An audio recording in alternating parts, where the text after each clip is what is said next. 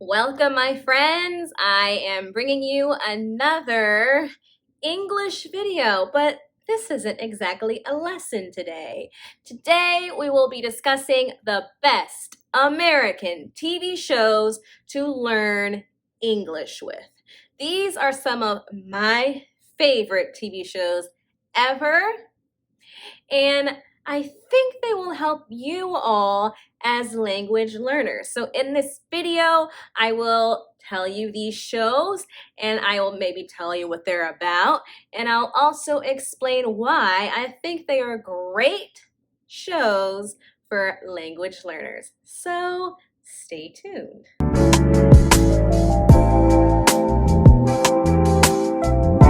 The first American TV show that I recommend is called Everybody Hates Chris, and it's based on the teenage experiences of the famous comedian Chris Rock. So it's set in the 1980s, and it centers around a young lower middle class boy who attends an all-white school and the trials and tribulations that basically come with being a teenager and trying to fit in and understand oneself. So it's a very relatable subject matter.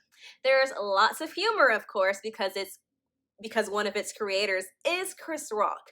And along with learning lots of common informal English expressions, it gives you a glimpse into American class and race dynamics. So I highly recommend this series. It's gotten many accolades, so you'll definitely find it interesting. And here is a clip from Everybody Hates Chris. Chris, it's H-E-R-E. Study. I never could spell. Come hell or high water, I was getting kicked out of school. Thank you. Thank you. Another 30 seconds in there, we would have been blacker than you. I pledge allegiance to the flag. This has gotta work, right? And the next TV series I have for you is called The Wonder Years.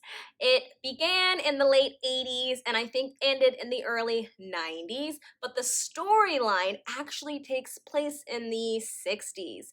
This is another show that will be loved by both teens and adults because it talks about issues we've all faced as teenagers: love, puberty, bullying, and so on.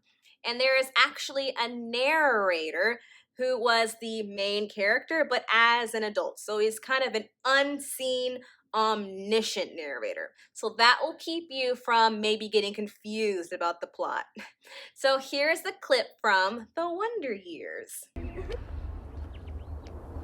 was a pretty hard pass. Well, yeah, I think it had sort of a reverse spin on it. Come on, Kevin, stop gabbing with your girlfriend. She's not my girlfriend. The next TV series I have for you is called Full House.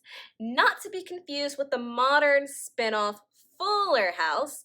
Full House is about a doting dad of 3 daughters and the struggles he faces raising them alone. Sounds sad, but it really isn't. It's a comedy, and you'll learn many colloquial expressions. Going, you don't want to miss your plane. You're right. It might accidentally take off on time. Come on, Howie, wake up. It's time to go. Gotta go home. Howie, no go. Howie, yes, go. Howie, go back home. Me go. No, little Kimosabi. No can go to Nebraska. Take many moons. When it comes to the American sitcom, the 90s truly is king. And I might be a little biased because I grew up in the 90s, but one of my favorite sitcoms was called Boy Meets World. And it centers around a boy named Corey in his middle and high school years. Themes recurring in the show are love, coming of age, acceptance, and class dynamics as well. He has a friend named Sean who you could say comes from the wrong side of the tracks. So he has a very different upbringing. The language is very close to the standard American English accent, so it shouldn't be too difficult to understand, but you'll still get your fair share of American colloquial expressions to learn and practice. And here's the clip from Boy Meets World. Since when? Lunch. Ah, Mr. Heckle and Mr. Jekyll, don't we have classes to attend? Mr. Feeney, shouldn't you break them up or hose them down or something? Oh, I wouldn't interrupt their tryst, Mr. Matthews. They're both A- students and happily struck by Cupid. And the next show I highly recommend is Blackish. Blackish is about a successful, relatively wealthy, modern African-American family, and with that, you can expect to hear quite a bit of cultural references and hot topic about social issues and the related vocabulary.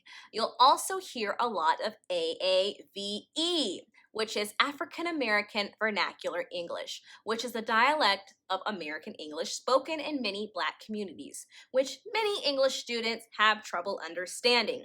And it's definitely important to be able to understand different dialects of English because you can't really call yourself fluent if you only understand one dialect or one accent, right? Okay, so there is a lot of code switching as well.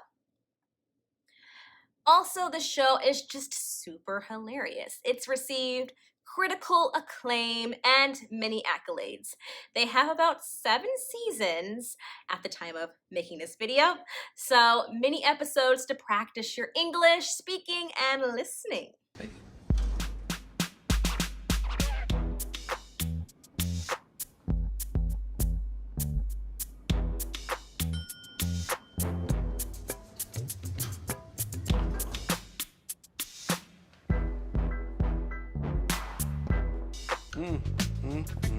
The horror. The horror. I can't believe you abandoned a 3-year-old. I think she was 4. You monster. If you watch closely, you can actually see her tiny spirit being crushed. Faith in humanity? No faith in humanity. Faith in humanity? No faith in humanity. That is how serial killers are born. Okay. The next show I have for you is called Gentefied, and this is a much newer show than the others I've mentioned. I think at the time of recording there are just 2 seasons.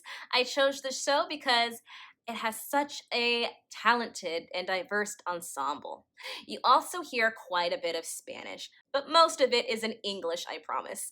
I think it gives a nice representation of the Hispanic community here in the US, which now constitute about 20% of the whole United States. So if you want to learn more about Hispanic American culture, which is very influential here, this would be a great show to watch. It's about a Mexican American family in Los Angeles, and basically the members just trying to make it in America. You'll definitely chuckle every now and then, and you'll learn lots of modern slang and expressions. The next show I have for you is called Glee. It was wildly popular in the early 2010s, and this show follows a group of high school students in their school's Glee club, which is a club that kind of showcases their talents, mostly singing. In it, you'll see them face issues dealing with race, orientation, and other social issues, and it has its fair share of singing. It's kind of a musical drama, so you might find yourself singing lots of songs from this show, and learning English through song is a great way of practicing sounding more natural and also improves your intonation.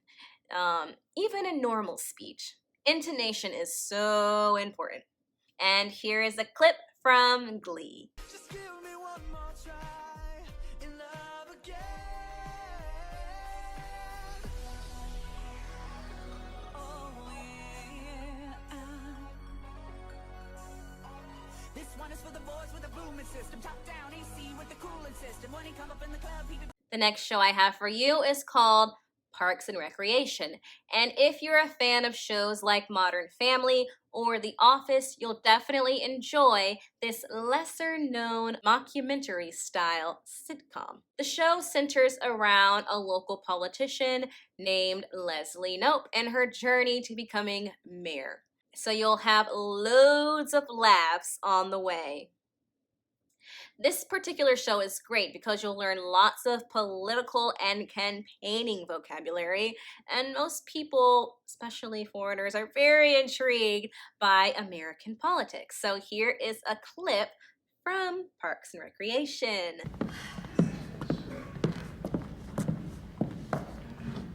Thank you so much for coming. What an amazing turnout. My name is Leslie Knope. I am the Deputy Director of the Parks and Recreation Department. And tonight we're going to be taking some of your questions as... Hello? We're having a meeting in here. Does anybody have any questions about permits? The next show I recommend is called King of the Hill. This show was one of my favorites and was actually a favorite among everyone in my household growing up, and it's an animated sitcom. It centers around a Southern family in a town in Texas. So you'll hear much of this Southern accent in the show, which is one of the reasons I recommend it. It's super important to learn many different regional accents, and a very common one is the Southern accent. So you'll also learn different Southern expressions from the series, which can be pretty fun. Expressions like, God dang it, and not to mention, it's just hysterical. So here's a clip from King of the Hill. Different languages, too. Want to know how to get a bar girl in the Philippines? The point is, there's no way my son is learning the how-tos of romance from some bureaucrat regulatory handbook. Sume ho. Or something like that. And Dale, I'd say the same applies to your Joseph. I'd tear that permission slip up if I were you. I'll do that and then some. This sex ed stuff goes higher than the schools. It's that same old Club of Rome zero population bull dink that the UN's been trying for years. The last show I recommend is definitely not a sitcom. It's called The Sopranos, and if you're into crime drama, you don't mind vulgar language and lots of killings, you will definitely enjoy this American favorite. It's a mob show. It's set in New Jersey, and it follows the life of a mob boss named Tony Soprano. He's an Italian-American mobster who has a hard time juggling his life of crime and his family life. I recommend this TV show because in it you will hear the Italian-American Jersey accent, which is very distinct, and you'll hear it a lot in movies, especially the ones set in New Jersey and New York. Not to say that those accents are the same, but to many people's ears, they sound very similar. You'll also learn lots of swear words and insults if that's up your alley. It's also achieved lots of critical acclaim, so here is a clip from The Sopranos. This ain't the time. They're moving in. I say we go to DEFCON 4. Gotta assess this, all right? What are we, politicians? Does this look like the Senate to you, T? This is about respect of our thing. Why don't you shut the fuck up? It doesn't concern you.